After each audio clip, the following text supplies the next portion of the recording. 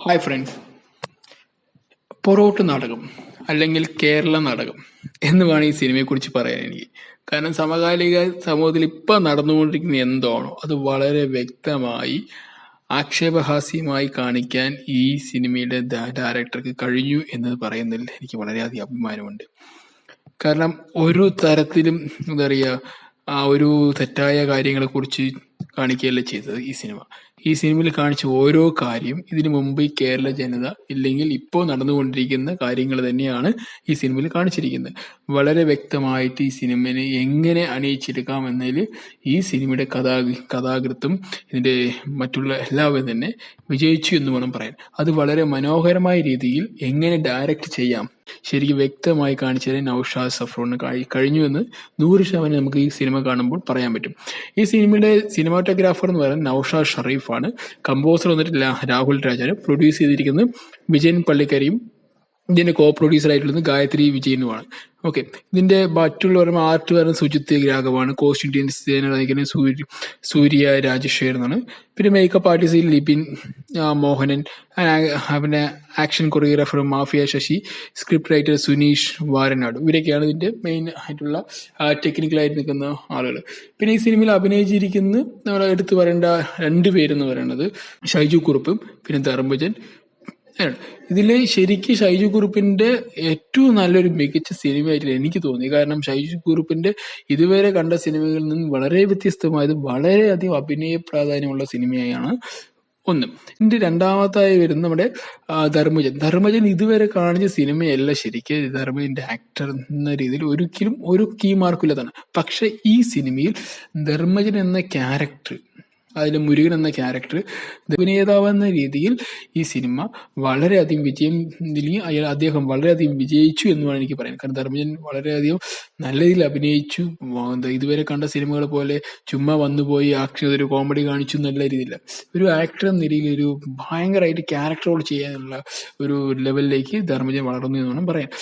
പിന്നെ ഈ സിനിമയിൽ കാണേണ്ടത് വേറൊരു ഞാൻ കണ്ടു വരുമ്പോൾ ഈ സിനിമയിൽ ഓരോന്നും, കാരണം ഞാൻ മനസ്സിലാക്കിയത് നമ്മൾ ഏറ്റവും നല്ലൊരു ആക്ഷേപഹാസ്യ സിനിമ എന്ന് പറയുന്നത് നമ്മുടെ സന്ദേശം മൂവിയാണ്. അതിനുശേഷം വന്നിരിക്കുന്നു നമ്മുടെ വെള്ളി മുങ്ങ എന്ന സിനിമയാണ്. അതിനുശേഷം ഒരു നല്ലൊരു ആക്ഷേപഹാസ്യം വരാൻ ശ്രമിച്ചിട്ടുണ്ടെങ്കിൽ പക്ഷെ അതൊന്നും തന്നെ വർക്കൗട്ട് ആയിട്ടുണ്ടായിരുന്നില്ല. പക്ഷെ ഈ സിനിമയിൽ പൊറോട്ട് നാടകം എന്ന പേര് നൽകി ഈ സിനിമ ശരിക്കും കാഴ്ചവെച്ചത് കേരളത്തിന്റെ ഇപ്പോഴത്തെ സമകാലികമായിട്ടുള്ള നാടകത്തെക്കുറിച്ച്, പൊളിറ്റിക്കൽ നാടകത്തെക്കുറിച്ച് തന്നെയാണ്. അതിൽ ഓരോ 3 പാർട്ടിയിലും ഓരോ തരത്തിലാണ് ഇവരത് കാണിച്ചിരിക്കുന്നത്. അതിന് ഏറ്റവും കൂടുതൽ എടുത്തു പറയേണ്ടതെന്ന് പറയുന്നത് നമ്മുടെ എന്താ പറയാ കരൂനൂർ കേസൊക്കെ തന്നെ എങ്ങനെയാണ് വന്നു എന്നുള്ളതിനെ കുറിച്ച് വലിയ ഡീറ്റെയിൽഡ് ആയിട്ട് അതിൽ ആക്ഷേപഹാസ്യം കാണിക്കുന്നുണ്ട്. ആ സമയത്ത് ഈ 3 പാർട്ടി, ഇപ്പൊ BJP ആയിക്കോട്ടെ, BJP 4 പേരും മുസ്ലിം ലീഗും കൂടി ഉള്ളതുകൊണ്ട് BJP ആയിക്കോട്ടെ, നമ്മുടെ പിന്നെ LDF, കോൺഗ്രസ്, പിന്നെ ഈ മുസ്ലിം ലീഗ്, ഇങ്ങനെ 4 പേരുടെയും എങ്ങനെയാണ് ഇവര് ഈ നാട്ടിൽ വോട്ട് പിടിക്കാനും ഇല്ലെങ്കിൽ അവരുടെ അണികൾ ട്രീറ്റ് ചെയ്യുന്നത് ഇതിൽ നമുക്ക് ഈ വളരെ വ്യക്തമായി കാണിച്ചു തരാൻ പറ്റുന്നത്. ഇപ്പോൾ BJPയുടെ ഓരോ അജണ്ടകൾ നടപ്പിലാക്കും, അത് വോട്ടിലേക്ക് എങ്ങനെ എത്തിക്കപ്പെടുന്നത് കാണിക്കുന്നത് വളരെ ഹാസ്യമായിട്ടാണെങ്കിൽ പോലും പക്ഷേ അതിലൊരു ഒരു സത്യമുണ്ട് നമുക്ക് ഈ സിനിമ കാണാൻ മനസ്സിലാക്കുമല്ലോ. അതുപോലെ തന്നെ ഇപ്പൊ നമ്മുടെ ഇന്ത്യൻ നാഷണൽ കോൺഗ്രസ് മറ്റെന്നറിയാം, ഈ കോൺഗ്രസ്സുകാരുടെ വെള്ളം പിടിക്കുന്നതിന് കൈ തന്നെയാണ് മീൻ പിടിക്കുന്ന പരിപാടി ഉണ്ടല്ലോ, അത് അവരെങ്ങനെയാണ് ഇവര് സപ്പോർട്ട് ചെയ്യുന്ന പോലെ നടിച്ചുകൊണ്ട് സപ്പോർട്ട് ചെയ്യുന്നുണ്ട് കാണിക്കുന്നത് ഒന്നുമില്ല, അത് വളരെ വ്യക്തത കാണിക്കുന്നത്. പിന്നെ കാബഡി നിറഞ്ഞിട്ടുള്ള രാഷ്ട്രീയം എങ്ങനെയാണ് LDF അല്ലെങ്കിൽ ലെഫ്റ്റ് ചെയ്യുന്നതിനെ കുറിച്ച് ഇത് കാണിക്കുന്നുണ്ട്. പക്ഷെ പിന്നെ ഈ മുസ്ലിം ലീഗിന്റെ മറ്റു അജണ്ടകളും ഇതിൽ കാണിക്കുന്നുണ്ട്. പക്ഷെ ഇതൊക്കെ തന്നെ വളരെ നീറ്റായിട്ട്, ഒരിക്കലും ആരെയും നേരിട്ടല്ല, എന്ന് വെച്ചാൽ അവർ ആ ഓരോ കഥാപശ്ചാത്തലത്തിന് അനുയോജ്യമായ രീതിയിലാണ് ഈ സിനിമ അണിയിച്ചൊരുക്കിയിരിക്കുന്നത്. അത് നമുക്ക് എടുത്ത് പറയേണ്ടത്. പിന്നെ അതുപോലെ തന്നെ ഈ സംഭവം ഓരോ തരത്തിലുള്ള ഇപ്പൊ ഈ താഴ്ന്നവൻ ഉയർന്നവൻ ഞങ്ങളുടെ വിവേചനം ഉണ്ടല്ലോ, അതൊക്കെ തന്നെ ഇതിൽ വളരെ വ്യക്തമായി കാണിക്കുന്നത്. ഇപ്പൊ മുരുകൻ എന്ന ക്യാരക്ടർ ചെയ്തിട്ടുള്ള ധർമ്മജന്റെ ക്യാരക്ടർ വളരെ വ്യക്തമായിട്ട് പല കാര്യങ്ങൾ പറയുന്നുണ്ട്. അതിൽ ഒരു കാര്യം എന്ന് പറയുന്നത്, ഇപ്പോൾ നിങ്ങൾക്ക് അപ്പോൾ ഇദ്ദേഹം ഒരു ദളിത് ഫാമിലിയിൽ നിന്ന് വരുന്ന വ്യക്തിയാണ്. അപ്പൊ അദ്ദേഹത്തിന് ആരും ചോദിക്കാനില്ല. അപ്പൊ ഇതിലിപ്പോ ഒരു ഏറ്റവും ഇപ്പൊ എന്താ പറയാ ഒരു ആക്ടർ, നമ്മുടെ ഇതിൽ മെയിൻ ഒരു സ്ത്രീ വേഷം ചെയ്യുന്ന ഒരു ആക്ടർ പറയുന്നത്, ഇപ്പൊ നിങ്ങൾക്ക് ജോലി കിട്ടാനും മറ്റു ആവശ്യങ്ങളൊക്കെ ഈ ഗവൺമെന്റ് സഹായിക്കുമല്ലോ എന്ന് പറയുന്ന ഒരു ഡയലോഗ് വരുന്നില്ല. കാരണം നിങ്ങൾക്ക് ജോലി കിട്ടാൻ ബുദ്ധിമുട്ടില്ല, പഠിക്കേണ്ട ആവശ്യമില്ല, പഠിച്ചാലും നിങ്ങൾക്ക് ജോലി കിട്ടും. അങ്ങനെ കുറേ താഴ്ന്നവനായതുകൊണ്ട് മാത്രം അങ്ങനെ കിട്ടുന്നു. അങ്ങനെ പറയുമ്പോൾ അതിൽ മുരുകൻ നൽകുന്നൊരു മറുപടിയും അതിൽ വളരെ രസകരമായ മറുപടിയാണ്. ഓക്കെ, അപ്പൊ അങ്ങനെ കുറെ വിവേചനങ്ങൾ ഈ സമകാലത്ത് നടക്കുന്നതിനെ കുറിച്ച് തെറ്റായ രീതിയിൽ നടക്കുന്നുണ്ട്. പക്ഷെ അതൊന്നും അർഹതപ്പെട്ടവർക്ക് കിട്ടുന്നതാണോ അതൊന്നും ആരും ചിന്തിക്കുന്നില്ല. അപ്പോൾ അതൊന്നും വ്യക്തമൊന്നും അറിയാതെ ആരിലൊക്കെ പടച്ചു വിടുന്ന സാധനമാണെങ്കിൽ ഒരു വാട്സപ്പിൽ എവിടെയൊക്കെ പഠിച്ചു വന്ന് അതൊക്കെ നമുക്ക് കേട്ടിരിക്കും പറയുന്നത്. പക്ഷെ അതൊക്കെ തന്നെ വളരെ മനോഹരമായിട്ട് ഈ പൊറോട്ട നാടകം വന്ന സിനിമയിൽ കാണിച്ചു. അത് വളരെ വിജയകരമായി കാണിച്ചു എന്ന് പറയുമ്പോൾ ഏറ്റവും എനിക്ക് സന്തോഷം തോന്നി. കാരണം നമ്മള് സന്ദേശത്തിന് ശേഷം പിന്നെ ഒരു വെള്ളിമുങ്ങിക്ക് വരെ കാത്തിരിക്കേണ്ടത്, വെള്ളിമുങ്ങിക്ക് ശേഷം പൊറോട്ട നാടകം സിനിമയ്ക്ക് വേണ്ടി കാത്തിരിക്കേണ്ടി വന്നു എന്നാണ് എനിക്ക് പറയാനുള്ളത്. വളരെ മനോഹരമായിട്ടാണ് ഈ സിനിമ എന്താ പറയുക അണിയിച്ചൊരുക്കിയിരിക്കുന്നതും എന്താ പറയുക ചെയ്തിരിക്കുന്നത്.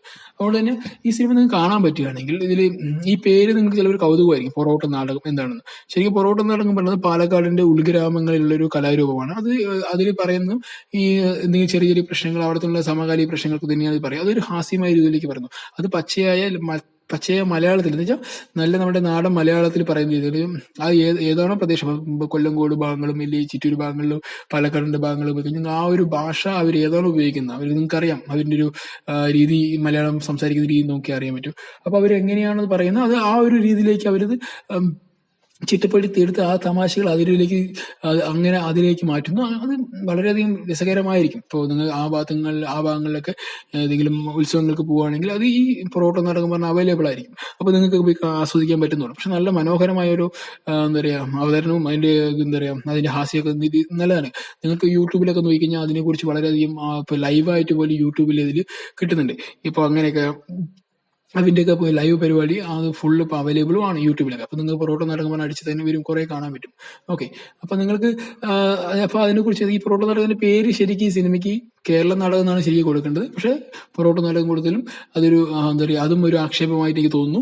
എന്നാൽ ഈ സിനിമ 100% വിജയിച്ചു. അതിന് IMDb റേറ്റിംഗ് കണ്ടിട്ടുണ്ടെങ്കിൽ 9.3 വന്നിരിക്കുന്നത്. അതിന് പ്രൈമിലും വന്നിരിക്കുന്നത് 9.3 തന്നെയാണ്. ഓക്കെ, അപ്പൊ അത്രയും മാത്രം ഇതിൽ എന്താ പറയാ ഈ സിനിമ അണിയിച്ചൊരുക്കുന്നതിലും നിർമ്മിച്ചവർക്കും ആക്ടേഴ്സിനും പ്രൊഡ്യൂസേഴ്സിനും എന്താ പറയാ സിനിമ ബാക്കി ഇതിന് അണിയിൽ പ്രവർത്തി എല്ലാവരും തന്നെ വളരെയധികം അഭിമാനത്തോടെ പറയാൻ പറ്റുന്ന സിനിമയായിട്ടാണ് എനിക്ക് തോന്നിയത്. അതിന് അബു എന്ന ക്യാരക്ടറായിട്ടുള്ള സൈജു കുറുപ്പിന്റെ നോ വേർഡ്സ് അത്രമാത്രം നല്ല രീതിയിൽ പെർഫോം ചെയ്തിരിക്കുന്നത്. അതോടൊപ്പം തന്നെ ധർമ്മയിലും വളരെ നല്ല രീതിയിൽ ചെയ്തിട്ടുണ്ട്. ധർമ്മയുടെ പത്നിയായിട്ട് വരുന്നൊരു ആളുണ്ട്, അവരും വളരെ മികച്ച റോള്. സൈജു ഗ്രൂപ്പിന്റെ പത്നിയും വളരെ മികച്ച റോളാണ്.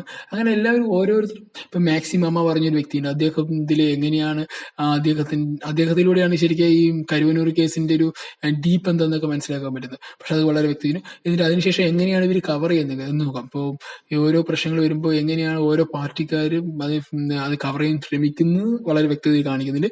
അതിനുശേഷം കോമൺ ആയിട്ട് എല്ലാവരും കൂടി ഒരു പ്രശ്നം വരുമ്പോൾ ഈ ഓപ്പോസിറ്റ് നിൽക്കുന്ന പാർട്ടീസ് പറയുന്ന ടീമുകളെല്ലാം അവർ നേതാക്കളെല്ലാം കൂടി ഒന്നിച്ചു ചേർന്ന് ഒരു തീരുമാനം എടുത്ത് എങ്ങനെ അത് പുകമറ സൃഷ്ടിക്കാം എന്നതിനെ കുറിച്ചും ഇതിൽ വ്യക്തമായി ഈ സിനിമ കാണിച്ചു തരുന്നുണ്ട്. അതിന്റെ ഭാഗമായിട്ട് ഇവിടെ ചോദിക്കാനും പറയാൻ ആളില്ലാത്തവരുണ്ടെങ്കിൽ അവരെ നമുക്ക് തല്ലിക്കൊല്ലാം എന്നൊരു കാര്യം കൂടി സിനിമയിൽ കാണിച്ചു തരുന്നുണ്ട്. അപ്പോൾ ഈ ഒരു ആൾക്കൂട്ട കൊലപാതകമൊക്കെ എങ്ങനെ ഉണ്ടാവുന്നു അതിനെക്കുറിച്ച് ഇതിൽ വളരെ വ്യക്തമായി ഈ സിനിമയിൽ കാണിച്ചു തരുന്നുണ്ട്.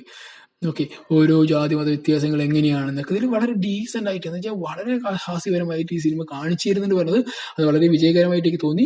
എന്നാലും നിങ്ങൾ ഈ സിനിമ കാണാൻ ശ്രമിക്കുക. വളരെ എന്താ പറയുക ബ്രില്യൻ്റ് ആയിട്ടുള്ള മൂവിയാണ്. കാണുന്ന നിങ്ങൾ ഏതെങ്കിലും ഇപ്പൊ സിനിമ കണ്ടിട്ട് നിങ്ങൾക്ക് മോശം തോന്നിയേക്കാളും ഏറ്റവും ബ്രില്യൻ്റ് ആയിട്ടുള്ള മൂവിയായിട്ട് എനിക്ക് തോന്നി. കാരണം അത്രമാത്രം നല്ല രീതിയിൽ. പക്ഷെ ഇതിന്റെ പബ്ലിസിറ്റി ഇല്ലാത്തതുകൊണ്ടായിരിക്കാം ചിലപ്പോൾ ഇത്രയും എന്താ പറയുക വലിയ വിജയം നേടിയിട്ടില്ല എന്ന് തോന്നുന്നു. പക്ഷെ എന്തായാലും OTT വന്നപ്പോൾ ഇതിന്റെ വളരെ മികച്ച പ്രതികരണം എനിക്ക് തോന്നി. നല്ല മൂവിയാണ്, നിങ്ങൾ കാണാൻ ശ്രമിക്കാം. ഷാജി ഗ്രൂപ്പിനും ധർമ്മജിന്റെയൊക്കെ ഒരു ഇടിപെട്ട സാധനം എനിക്ക് തോന്നിയത്. ഇദ്ദേഹത്തിന്റെ ഈ ഡയറക്ടറിന്റെ നോ വേർഡ്സ് സ്റ്റോറി അതുപോലെ തന്നെയാണ്. എല്ലാവരും ഈ സിനിമ കാണാൻ ശ്രമിക്കാം. Thank you.